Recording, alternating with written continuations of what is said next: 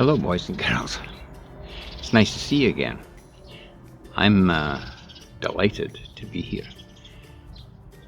You know, the last time we met, I said to you that I would tell you the story of Joseph. So let's get started. Joseph was a very important man in the Old Testament of the Bible. Genesis is the first book in the Bible, and it has 50 chapters. And of the 50 chapters, Joseph takes up 14 of them. 1/3 of the entire book of Genesis is taken up by the story of Joseph.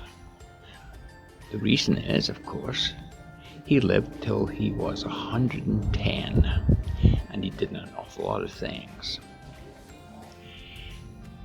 Joseph was born and lived in the town of Hebron, and his family were farmers and shepherds, and they had lots and lots of sheep. He had 11 brothers, 10 of whom were older than him. And the only brother who was younger that brother was called Benjamin. And one day, early in the morning, Joseph got up and he told his brothers that he had a dream. And the dream was that one day they would be all bowing down to him because he was so great. You can imagine what the brothers thought of him when they heard that coming from this little upstart. Because you see, his father made him the favorite son, and becoming the favorite son, he gave him a coat that was embellished with lots of color. And you may have heard the story of Joseph and his coat of many colors. But that was something that set him apart from the rest of the family. About a couple of days later, he gets up in the morning and he says, "You know what, Dad? I had a dream last night. And not only are my brothers going to be bowing down to me, but you and Mother will be doing the same thing." At that point, his father said to him, "Don't ever say that to me." But he said, "But Dad, that was the dream."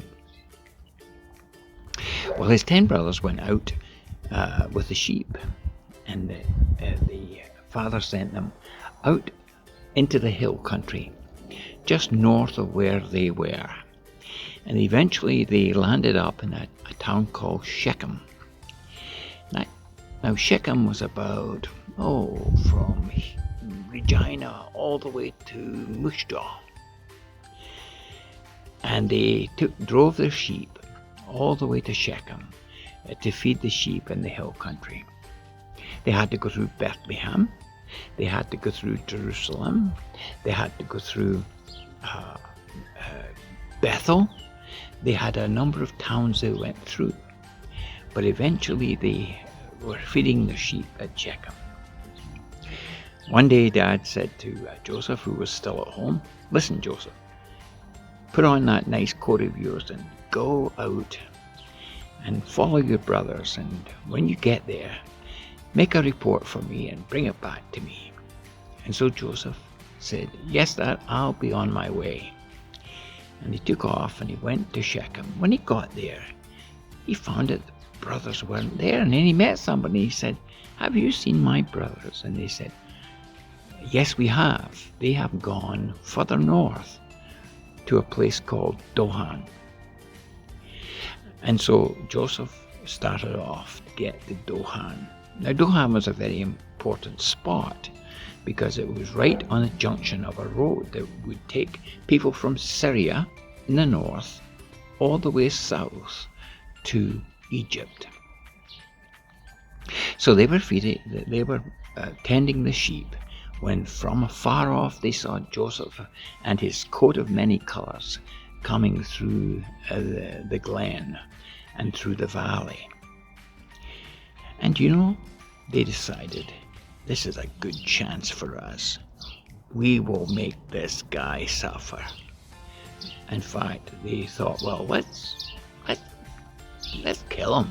I mean, we don't like him anyway, so we can tell Father that the wolves got to him, and we could do all kinds of things.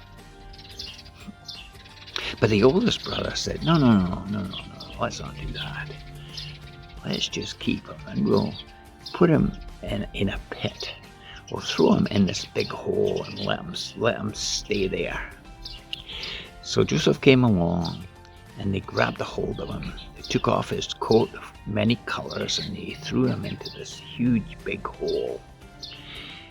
And the Bible tells us that hole was dry. There was no water in it. It was just a big hole. So he stayed there until there was a group of traders who were on the road on their way to Egypt. And these traders wanted to know if these guys had anything to trade, and they said, yes, we do. We have one person, and we'll put him in a pit, and if we bring him out, will you give us some money for him? And so they bargained with the traders. The traders took Joseph, put him on a camel, and took him all the way to Egypt. Meanwhile, the brothers decided they better have a story when they go home. And so they took a coat of many colors, and they killed an animal, and they poured the animal's blood all over the coat, and they brought the bloodied coat back to the father. And they said to him, Dad, we've found the carcass of Joseph, and he's dead. And here's the proof. This is his coat, and it's covered in blood. Well, Father was really upset. And the Bible tells us that he was so upset that he cried and cried for hours. Meanwhile, Joseph now is in Egypt. And the part of the story I've got to tell you now is finishing with him in Egypt.